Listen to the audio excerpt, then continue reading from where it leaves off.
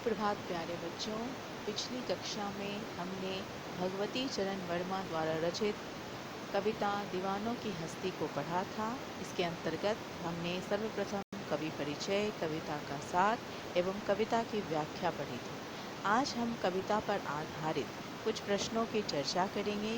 उसमें दिए गए कठिन शब्दों पर चर्चा करेंगे, साथ ही पाठ्य पुस्तक में दिए गए प्रश्नों की भी चर्चा करेंगे।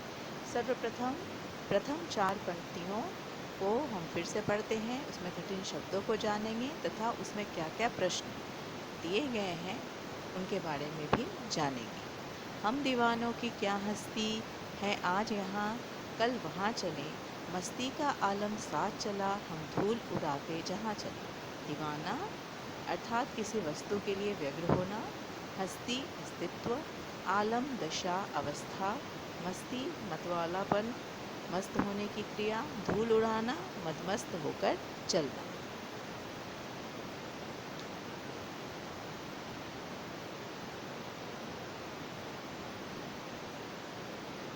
यहाँ सबसे पहला प्रश्न ये उठता है, कवि ने दीवाना किसे कहा है?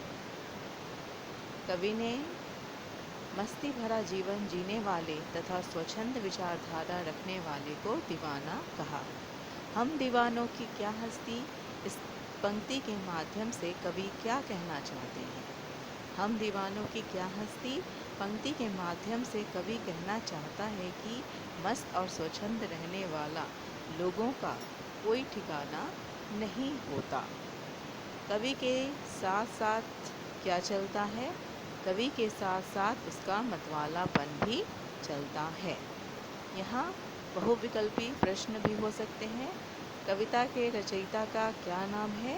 तो श्री भगवती चरण वर्मा। कवि के अनुसार किसकी हस्ती नहीं है? कवि के अनुसार दीवानों की हस्ती नहीं है। मस्ती के आलम से कवि का क्या अभिप्राय है? तो मस्ती के आलम से कवि का अभिप्राय है स्वच्छंद विचारधारा। कवि ने दीवानों शब्द का प्रयोग किसके लिए किया है? तो कवि ने दीवानों शब्द का प्रयोग फक्कड़ लोगों के लिए किया है, जिन्हें किसी प्रकार का दुख या शोक की चिंता नहीं है। आए बनकर उल्लास अभी, आंसू बनकर बह चले अभी, सब कहते ही रह गए अरे तुम कैसे आए कहाँ चले। शब्दार्थ है उल्लास, उल्लास का अर्थ है खुशी और आनंद। इसमें प्रश्न हो सकता है, कवि ने दीवानों के आने और जाने की तुलना किससे की है? तो कवि के अनुसार दीवान प्रसन्नता और उल्लास के रूप में आते हैं और आंसू के रूप में बह जाते हैं। लोगों के हृदय में क्या प्रश्न उठता है? लोगों के हृदय में प्रश्न उठता है कि ये दीवाने किस प्रकार आते हैं, किस प्रकार चले जाते हैं, इनके हृदय में अचानक सुख और दुख के भाव कैसे उत्पन्न हो जाते हैं। कवि के अनुसार दीवाने क्या बनकर आए हैं? तो कवि के अनुसार दीवाने उल्लास बनकर आए हैं। कवि क्या बहने की बात कर रहा है? तो कवि आंसू बहने की बात कर रहा है। दीवानों के आने जाने पर कौन हैरान है? तो दीवानों के आने जाने पर लोग हैरान हैं। तुम कैसे आए पंक्ति में तुम किसके लिए आया है? यहाँ तुम कवि के लिए आया है। किस ओर चलें यह मत पूछो, चलना है बस इसलिए चलें, जग से उसका कुछ लिए चलें, जग को अपना कुछ दिए चलें। शब्दार्थ है जग, जग अर्थात संसार, दुनिया। दीवाने किस ओर चलते हैं और क्यों? दीवाने किसी भी दशा में चलते हैं, उनका कोई निश्चित रास्ता या मंजिल नहीं है, उन्हें चलना है बस इसलिए वे चलते हैं। दीवाने संसार से क्या लेते हैं? दीवाने संसार से कुछ चीज़ें, आदतें, गुण आदि लेते हैं। दीवाने संसार को क्या देते हैं? दीवाने संसार को हंसी, प्रसन्नता और अपने गुण देते हैं। कवि किसे कह रहा है कि हम किस ओर चलें यह मत पूछो? तो कवि लोगों को कह रहा है। कवि ने अपने चलने का क्या कारण बताया है? कवि को बस चलना है, सिर्फ इसलिए वो चल रहा है। कवि ने किससे कुछ लेने की बात की है? तो कवि ने संसार से कुछ लेने की बात की है। कवि ने संसार को क्या दिया होगा? तो कवि ने संसार को उल्लास और प्रसन्नता दिया होगा। दो बात कही, दो बात सुनी, कुछ हंसे और फिर कुछ रोए, छक्कर सुख दुख के घूंटों को हम एक भाव से पिए चलें। शब्दार्थ छककर अच्छी प्रकार से तृप्त होकर पिए पीना। प्रश्न है, दीवाने किस प्रकार आगे बढ़ जाते हैं? दीवाने कुछ बातें कहकर कुछ सुनकर आगे बढ़ जाते हैं। वे दूसरों के सुख में हंसते हैं और उनके दुख में रोते हैं, अर्थात उनके सुख दुख में भागीदार बनते हैं। दीवानों ने दुनिया में रहते हुए सुख दुख को एक ही भाव से पिया है। दीवानों ने एक भाव से क्या पिया है? तो दीवानों ने दुनिया में रहकर सुख दुख को एक ही भाव से पिया है। कवि किससे दो बातें कहने सुनने को कह रहा है? कवि लोगों से दो बातें कहने सुनने को कह रहा है। कुछ हंसे और फिर रोए से कवि का क्या तात्पर्य है? कुछ हंसे और रोए से कवि का तात्पर्य है सुख दुख का सामना किया, समान रूप से किया। कवि ने किसके घूंट छककर पिए हैं? तो कवि ने सुख दुख के घूंट छककर पिए हैं। कवि ने किसे एक समान स्वीकार किया है? तो कवि ने सुख दुख को एक समान स्वीकार किया है। हम भिखमंगों की दुनिया में स्वच्छंद लुटाकर प्यार चलें, हम एक निशानी सी उड़ पर ले सफलता का भार चलें। भिखमंगों यानी आप समझ रहे हैं, जो गरीब लोग जो किसी से कुछ मांगते हैं, भीख मांगने वाले आदि। स्वच्छंद स्वतंत्र, निशानी चिन्ह और हृदय। उड़ का अर्थ है हृदय। असफलता निराशा भार वजन बोझ। कविता में भिखमंगों से क्या तात्पर्य है? दीवाने उन्हें क्या प्रदान करते हैं? कविता में भिखमंगों से तात्पर्य उन लोगों से है जिनके पास स्नेह अपनापन व प्रेम का भाव नहीं है। ऐसे लोगों को दीवाने प्रेम व स्नेह के भाव प्रदान करते हैं। दीवाने अपने हृदय में छिपे दीवाने क्या लुटाकर आगे बढ़ गए? तो दीवाने अपने हृदय में छिपे प्यार और सुख के भावों को लुटाकर आगे बढ़कर गए। दीवानों के हृदय पर किसके निशान हैं? दीवानों के हृदय पर निराशा और हताशा के निशान हैं। कविता के अनुसार दुनिया किसकी है? तो कविता के अनुसार दुनिया भिखारियों की है। कवि क्या लुटाना चाहता है? कवि प्यार लुटाना चाहता है। कवि अपने साथ किसका भार ले चले? कवि अपने साथ असफलता का भार ले चले। हताशा और निराशा के निशान कहाँ है? हताशा और निराशा के निशान कवि के उर पर अर्थात हृदय पर है। अब अपना और पराया का क्या आबाद रहे? रुकने वाले हम स्वयं बने थे और स्वयं हम अपने बंधन तोड़ चले। अपना स्वयं का, पराया दूसरे का, आबाद खुश रहो, बंधन बेड़ियाँ। दीवाने क्या मानते हैं? दीवाने मानते हैं कि इस संसार में न तो कुछ अपना है न ही पराया। इस दुनिया में रहने वाले सदा आबाद रहें। दीवानों को किसने संसार के साथ बांधा था और किसने उनके बंधनों को तोड़ डाला? दीवाने स्वयं ही संसार से बंधे थे और उन्होंने स्वयं ही इससे अपना बंधन तोड़ डाला। कवि के लिए संसार में क्या नहीं है? तो कवि के लिए संसार में अपना पराया कुछ भी नहीं है। कवि रुकने वाले को कैसा देखना चाहता है? कवि रुकने वाले को आबाद देखना चाहता है। कवि के अनुसार वह स्वयं किस में बंधा है? कवि के अनुसार स्वयं वह बंधन में बंधा है। कौन अपने बंधन तोड़कर चल दिया? कवि अपने बंधन को तोड़कर चल दिया। अब कुछ प्रश्न कविता से। सर्वप्रथम, कवि ने अपने आने को उल्लास और जाने को आंसू बनकर बह जाना क्यों कहा है? कवि ने अपने आने को उल्लास इसलिए कहा है क्योंकि उसके आने से लोगों के मन और चित्त दोनों खुश हो जाते हैं। लोगों के दिलों में प्रसन्नता की कलियाँ खिल उठती हैं। दूसरी तरफ उसके आने से लोगों के मन में दुख उत्पन्न होता है। लोग उसकी कमी का अनुभव करते हैं। दूसरी तरफ उसके जाने से लोगों के मन में दुख उत्पन्न होता है। लोग उसकी कमी को अनुभव करते हैं। इसलिए कवि ने स्वयं को आंसू बनकर बह जाना कहा है। एक बार फिर से, कवि ने अपने आने को उल्लास इसलिए कहा है क्योंकि उसके आने से लोगों के मन और चित्त दोनों खुश हो जाते हैं। लोगों के दिलों में प्रसन्नता की कलियाँ खिल उठती हैं और वहीं उसके जाने से लोगों के मन में दुख उत्पन्न होता है। लोग उसकी कमी को अनुभव करते हैं। इसलिए कवि ने स्वयं को आंसू बनकर बह जाना कहा है।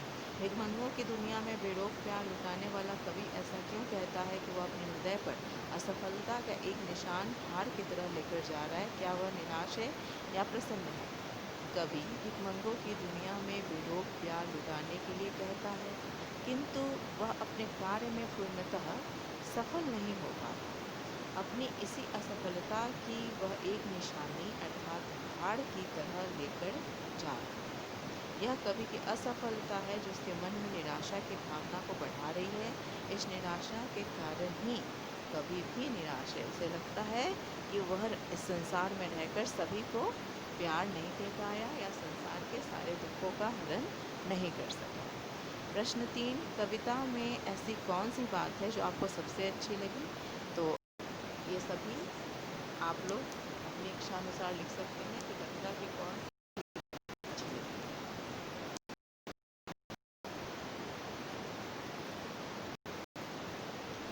फिर प्रश्न है कविता से आगे में, जीवन में मस्ती होनी चाहिए लेकिन कब मस्ती हानिकारक हो सकती है? सहपाठियों के बीच चर्चा कीजिए। उसमें यह कहा जा सकता है कि प्रत्येक व्यक्ति के जीवन में मस्ती तो होनी चाहिए। हर आयु में मस्ती का अलग अलग प्रकार होता है। छोटे बच्चे जहाँ खेलने कूदने में, काम ना करने आदि क्रियाएं में उनके लिए मस्ती होती है। युवा वर्ग क्रियाओं और मस्ती भरे व्यवहार से समाज को नवीन शिक्षा भी प्रदान करती है। लेकिन अनियंत्रित मस्ती हानिकारक हो सकती है। यह मानव को उसके पद से भटका देती है और इस तरह की मस्ती नहीं होनी चाहिए जीवन में जो आपको अपने लक्ष्य से भटकाए, जो समाज एवं देश को नया पथ और नया ज्ञान प्रदान करे, मार्गदर्शन करे। समाज का भी मस्ती जीवन में सर्वश्रेष्ठ है। एक पंक्ति में कवि ने यह कहकर अपने अस्तित्व को नकारा है कि हम दीवानों की क्या हस्ती है, आज यहाँ कल वहाँ चले। दूसरी पंक्ति में उसने यह कहकर अपने अस्तित्व को महत्व दिया है कि मस्ती का आलम साथ चला, हम धूल उड़ाते जहाँ चले। यह फाका मस्ती का उदाहरण है। अभाव में भी खुश रहना फाका मस्ती कही जाती है। कविता में इस प्रकार की अन्य पंक्तियाँ भी हैं, उन्हें ध्यानपूर्वक पढ़िए और अनुमान लगाइए कि कविता में परस्पर विरोधी बातें क्यों की गई हैं। कवि ने कविता में अनेक विरोधाभासी बातें कही हैं। इन्हें पढ़ने के बाद हम इस निष्कर्ष पर पहुँचे हैं कि इसके पीछे कवि का उद्देश्य मनुष्य मन की जटिलताओं और विभिन्नताओं को प्रदर्शित करना है। प्रत्येक व्यक्ति के किसी वस्तु के बारे में अलग अलग विचार होते हैं, उसके सुख दुख भिन्न होते हैं, उसके जीवन जीने का ढंग अलग होता है। किसी एक व्यक्ति को जिस काम में सुख का एहसास होता है, दूसरे व्यक्ति को उससे दुख मिलता है। कोई एक बात किसी को हंसाती है तो वही बात दूसरे को रुलाती है। कोई किसी के सुख से सुखी होता है तो कोई दुखी होता है। इसलिए कवि ने परस्पर विरोधी बातें कही हैं। संतुष्टि के लिए कवि ने छटकर, जी भरकर, खुलकर जैसे शब्दों का प्रयोग किया है। इसी भाव को व्यक्त करने वाले कुछ और शब्द सोचकर लिखिए, जैसे हंसकर, गाकर। तो और भी आप कुछ लिख सकते हैं, बनाकर, लुटाकर, सुनाकर, बुलाकर, रोककर, भरकर, बुलाकर, उठाकर आदि। कुछ अन्य प्रश्न भी हम लोग इस कविता से ले सकते हैं। कवि लोगों से क्या पूछने के लिए मना करता है? कवि लोगों से उसके आने और जाने के बारे में पूछने से मना करता है। वह चाहता है कि वह जहाँ जा रहा है उसके बारे में उससे कोई ना पूछे, उसे तो केवल चलना है, इसलिए वह लगातार चले जा रहा है। कवि ने कविता की किस पंक्ति में अपने अस्तित्व को नकारा है? कवि ने कविता की निम्नलिखित पंक्ति में अपने अस्तित्व को नकारा है। हम दीवानों की क्या हस्ती है, आज यहाँ कल वहाँ चले। अब अपना और पराया क्या आवाम रहे रुकने वाले पंक्ति का आशय स्पष्ट कीजिए। कवि भगवती चरण वर्मा ने उस पंक्ति में कहा है कि अब मेरा और तेरा जैसे शब्द कोई महत्व नहीं रखते।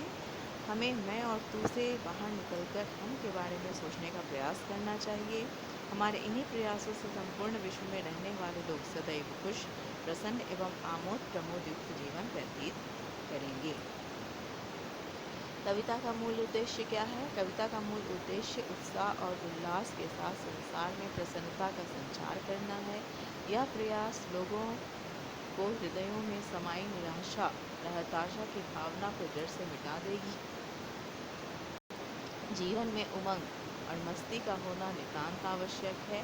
यह आवश्यकता दीवानगी और मस्ती भरे वातावरण से ही पूरी तरह हो सकती है। यही कविता का मूल उद्देश्य है। दीवानों की हस्ती कविता से कवि किस भावना को प्रकट करना चाहता है? दीवानों की हस्ती कविता से कवि प्रेमी हृदय का पता चलता है और प्रेमी हृदय जो समाज से प्रेम करता है।